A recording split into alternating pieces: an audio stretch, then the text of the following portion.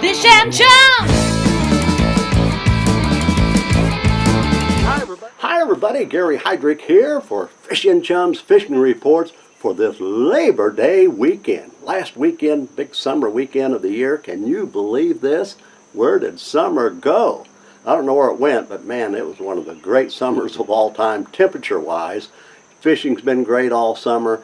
I hope you guys did as good as I did, and we'll hate to see summer wrapping up, but fall's here. There's going to be a lot of great fishing in the next few weeks as well. First of all, my heart goes out to you folks down in Texas, down in Houston and Rockport. I have friends down there right on the coast. Russell and Jen, my heart goes out to you. I hope you're okay. And Mark and Bill and Jim down at Rockport. I used to go down there and planned on getting back, but speckled trout fish with you guys in the winter, and Rockport really got hit hard. My heart goes out for you. I love you guys. I hope you're doing well. You know, on Table Rock over the past weekend, there was a bass fishing tournament. I just want to talk about this because these guys really caught some fish over the weekend at Table Rock, and we're talking about the Ozark Mountain Team Trail. Rick Johnson and Connor caught 15 pounds, just about 15 and a half pounds. That's a good average weight for this time of the year. And Barry Mackey and Brett Foster had the big bass, and they took second, by the way. Big bass of over 7 pounds. Wow, that's a big bass for this time of the year. This just goes to show you that Table Rock is really producing some very good fishing right now. So congratulations to everybody in that big tournament. A lot of fish caught, really nice quality fish, that's for sure. All right, let's start off at Table Rock. My buddy Brandon and I had a good time over the weekend topwater fishing at the Rock. We went down to the dam, put in at Moonshine Beach, and just started working the shallow points. We started out a little deeper, but we noticed the shad activity a little shallow, and I mean shallow. We caught some fish probably less than a foot deep on pop-Rs. Pop-Rs have been working real good, and I tell you, that's the original Pop-R is my favorite. The original Rebel Pop-R by far.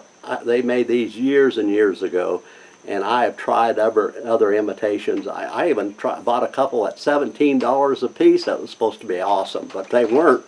Nothing compares to the original Rebel Pop-R, and that's what we caught our fish in on over the weekend. And I'm telling you, don't be afraid to go shallow. These fish that we caught on the Pop-R was really, really shallow. There we go. Nice one, Brandon. There we go, yeah. I was up in less than a foot of water, and he just jumped straight out at about a foot. I mean, he was ready for that bait. He come right up out of the water and jumped right on top of that bait. So we had a good time. And they've been picking up some fish also on wiggleworts. Wiggleworts have been working, and it seems like they want a little bit of color. I like the crawdad color, of course. I like that little bit of orange on the bill, and this is what's been working good for us with the orange belly. You may want to try this for the upcoming weekend. And again, on the points, after the top water bite, pick up that wigglewort. I think you're going to catch fish for the upcoming weekend. And let's see, they've been picking up fish back into the shallows, back into the feeder creek arms and the big deep coves. A lot of shad moving back there. So they're picking up fish on square-billed crankbait, and they're doing some plastic worm fishing in the heavy cover. And so that's what I'd recommend for the upcoming weekend on the Rock. I would try topwater Pop-Rs, shallow. After the topwater bite, go to the wiggleworts, and then go back into the creek arms and try some spinnerbait fishing, square-billed crankbait fishing, and some plastic worms. I know you'll catch fish this weekend. If you want to do something different, though, get out on the deeper water ledges. I'm talking about 25 feet of water, near 30, and get yourself an ultralight, just a little gold hook, a split shot up above it about 8 inches. Put you some night crawlers on, and fire. If you find yourself a school of bass, and fire them up with those night crawlers, and then just go to a regular old plastic. We got a bunch of them, don't you? Plastic worms. Cut them off to maybe a couple inches, and once you fire up that school, like I said on last week's program, just take that hook and kind of hook that hook right through the middle of this little plastic worm, wacky worm style. But once you have these fish fired up on those night crawlers, you can go to little plastic worms, cut them in half, get a couple inches, go down there and kind of slowly work them up. I promise you're going to catch fish this way. And by the way, the bluegill fishing, look at Brandon, my buddy. We caught more big bluegill over the past weekend, and I tell you what, we've had so much fun on 4-pound tests, night crawlers out there anywhere from 8 to 12 feet of water early in the year, and now we've been picking them up more in 20, 25, 30 feet of water.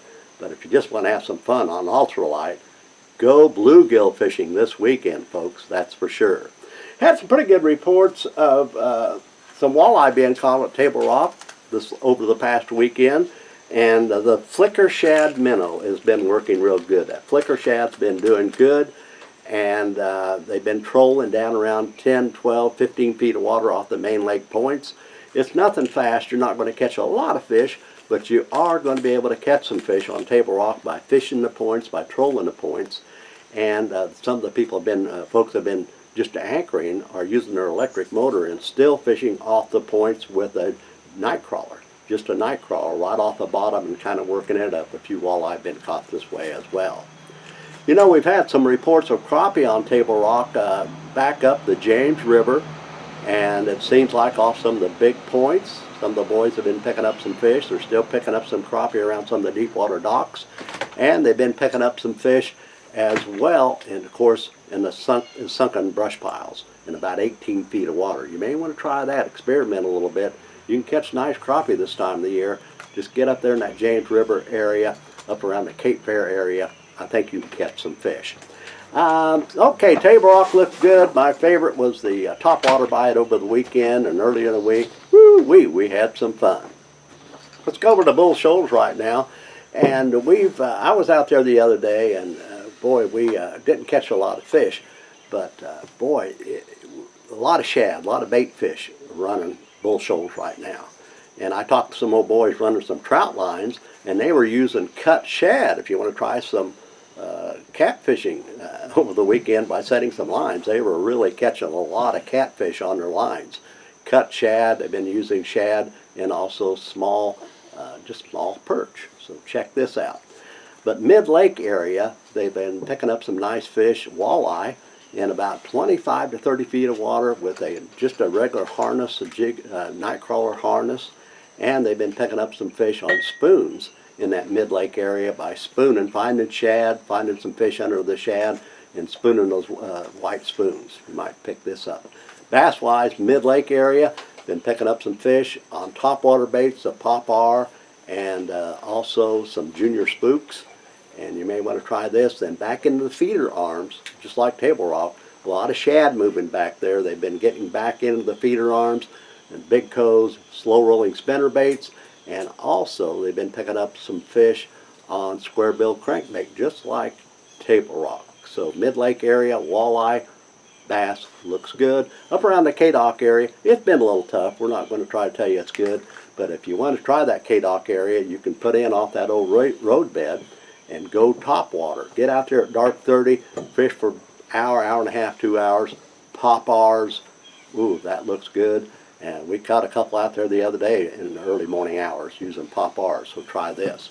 Okay, Lake Taneycomo, boy, things are pretty good out there. They've been releasing water more in the afternoon hours, but that's not predictable. You never know when they're going to release that water. But in the morning hours, if they're not releasing water, I would try this small jig, just a 32nd ounce jig, brown, olive green, and pitch that out on 4-pound test. Watch it go down, let it sink, and then work it back real slow, and those trout will come up and pop that thing. In fact, if you haven't done this, you may want to tear off a little bit of a power egg and just put a little bit on that jig hook. That might help you. But if you're good with the jig, pitch that jig out, let it fall, work it real slow, you're going to catch fish.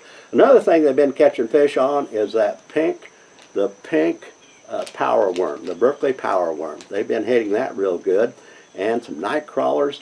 And you know, I've been talking all summer about the orange power egg. But it's changed a little bit. They've been using this orange combination chartreuse. You may want to try that for the upcoming weekend. And some spoon fishing, If the running water, get on the edge of that current, pitch that spoon out.